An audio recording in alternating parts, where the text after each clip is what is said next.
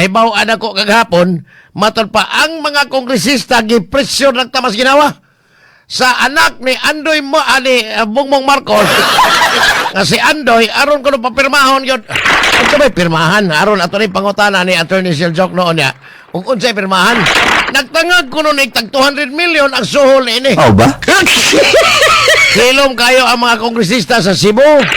Apan, wa pa'y siguro kining uban mo dawat yun sa tungod kay nagkinahanglan. Ang siguro mo pirma ni Peter Calderon tingali. Ang iyang asawa. Dro mo rag imong misis mo pirma ni ka, no? Punta na lang ko, mo pirma yun. Kaya og di ka mo pirma, pusot-pusot tayong kason mo, vice chairman na ba ka? 12 billion na bang imo, ha? Delikado ka na, Dro, ha? Mo pirma, posible ka na? Posible lang.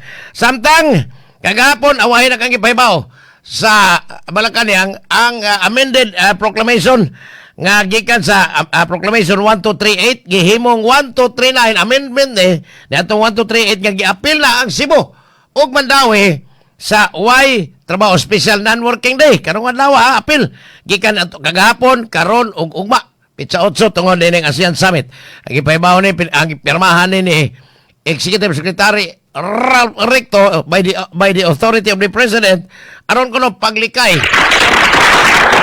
sa kahuot sa dagan sa trapiko unya ang mga no work no pay nga mga nagtrabaho pasmo may naganindot kagabi naabot na ang inyong presidente naabot na ang inyong presidente Resibo malipayon ka ini nagtingsi pagtugpa dito sa baktan. Murag nagkatawa siya sa giingon ko ni Vice President Sara Duterte nga ang tanan ko nung nahitabo sa iyang kinabuhi gisuwat ko nung nas Ginoo. Wa po siya moingon nga ballpen ba o lapis ang gigamit pagsuwat.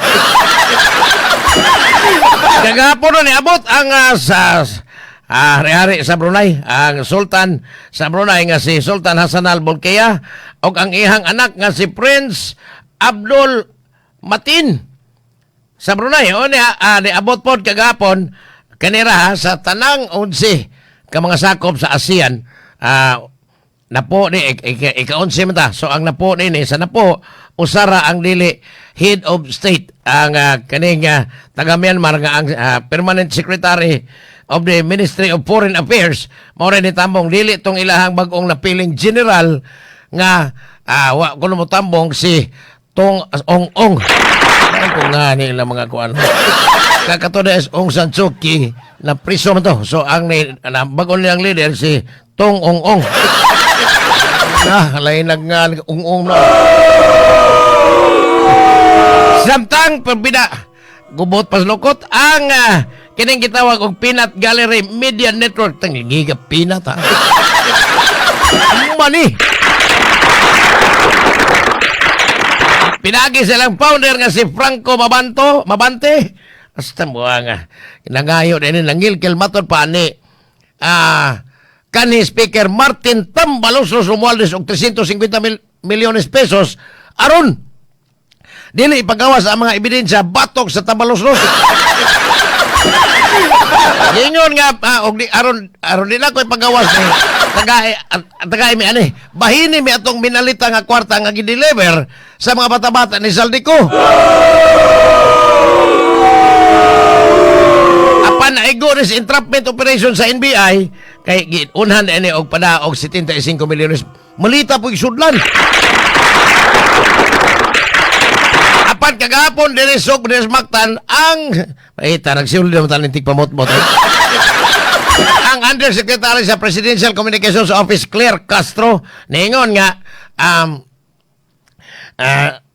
ang maong founder sa PGMN kanang network niya sa online network nila matod pa suon nga higala ni Digong ay pwede ko nung suura apan dunay mga picture ng gawas nga kining hinag Franco Mabanto ay nagsigid na sila og kuyog-kuyog ni Bangag og ni Lisa Marcos nga kisa uwanan mo angkon kisa pwede suura na sila samtang sa laing bahin di ay nindot nga iskutan ng taon kani ang mayor de Bayan Sugbo si Minister Archival wa di ni kahibaw nga giablihan pagbalik ang Prime West problem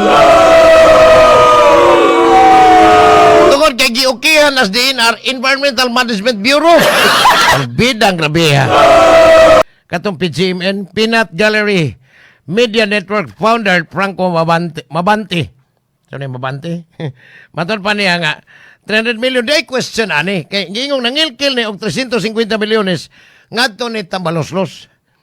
Pero na paubsan ngadto 300 milyones lang gipaunahan og matod pa sa mga Tagalog 1/4 75 million. Sunog balita dako pa to. Pero ang dahil na pangutana giunsa man pag withdraw ni Martin nga naka-freeze man iyang asset tanan iyang bank account naka-freeze man.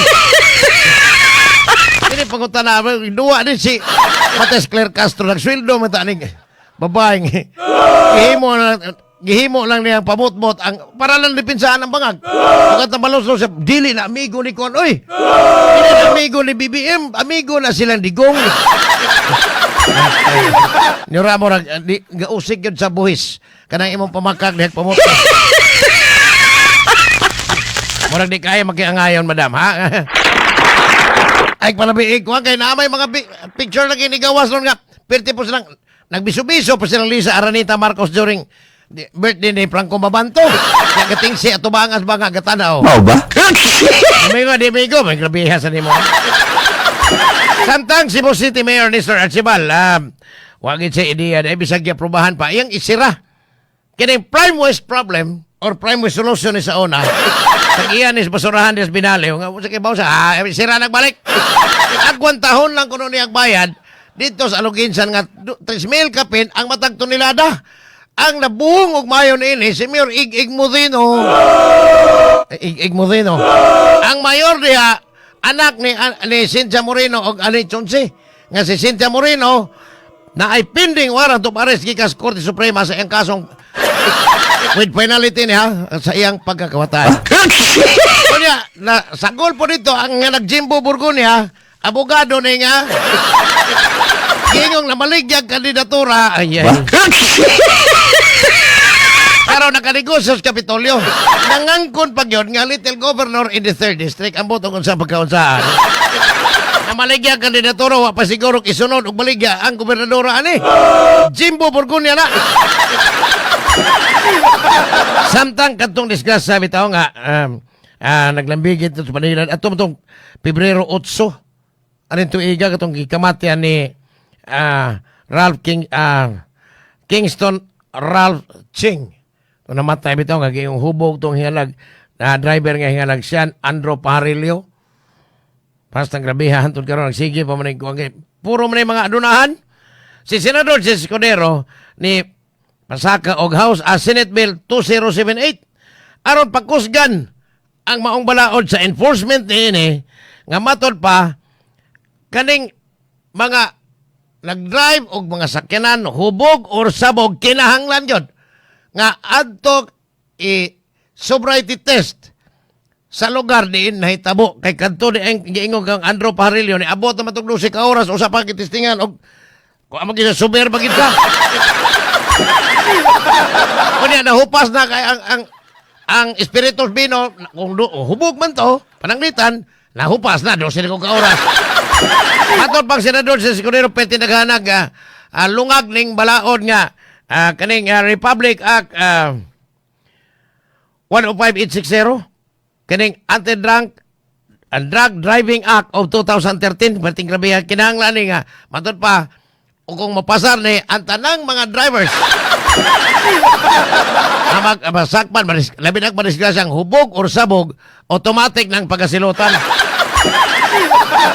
Kaya matod pa ang kaning sobriety testing atol sa hitabo mao gini ang importante aron di kalingkawa sa ilang mga responsibilidad labi na kung ang madasmagan sa ilang sakyanan patay yun sama atong kang Kingston Sing samtang apel na nini ang mga rider kaning mga delivery rider kaning mga namasahero mga motor kaning movie ito di ba kabantay man yung movie pastang pagkakilasan ng mga driver ani napay marka sa ilang loyo sa ilang uniforme kuya sa karsada pero ang tinuod na kuyaw sa karsada. Yawa! Pawa! At ang grabe ang mga kiata ng mga driver takalag suot.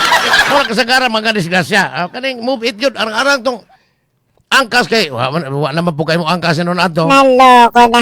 May usa dia, wala tag gabihan ni move it. May tag kana matiming nga bitang na LTO na perting kusuga man ning mo overtake bisag kay makigdungan kurbada nimo nang eskina. Grabe ha bitaw ning kaning kuyaw sa kalsada. Mo na giingon pero ang napailain ay si Senador Ping Lacson aton kagahapon sa imprivilege speech. Kabahin sa iyang Blue Ribbon Committee report, gi-appeal na yun niya sa iyang report. Di-question ni Noneng Jinggoy. Permanente yung appeal. Ang classmate mong rebellion nga si Jinggoy Estrada. Ba? Ang mga anomalya kuno sa flood control, matod pa, Jinggoy, Joel, Cheese, Tambalos-Los, og si Saldico. Kung dino sinako no, nga, giingong mga sakop sa gobyerno nga kunsabo nila Jinggoy Estrada. Ningon Jinggoy, hingalin na kinsa na. Si Joel Villanueva ningon, Aleluya, amen. Mau ba? Gabihan ni anak ni Loren Ligarda dito sa kongresista ni Batangas. Gabihan ni Mataas si Leandro Rivesti. Kagapon atol sa privilege speech. Ningon siya, halos tanan, dinis kongreso tanan, kongresista na malit, igbotos.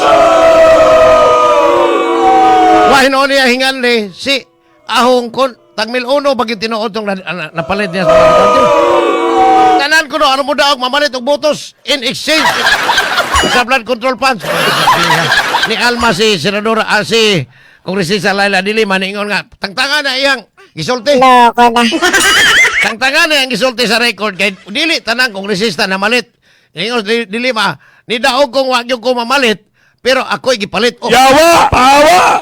nga na siya na gipalit. Mau ba? Di kay kung kahoy ko, na kay murag karat akong tunlan kagahapon.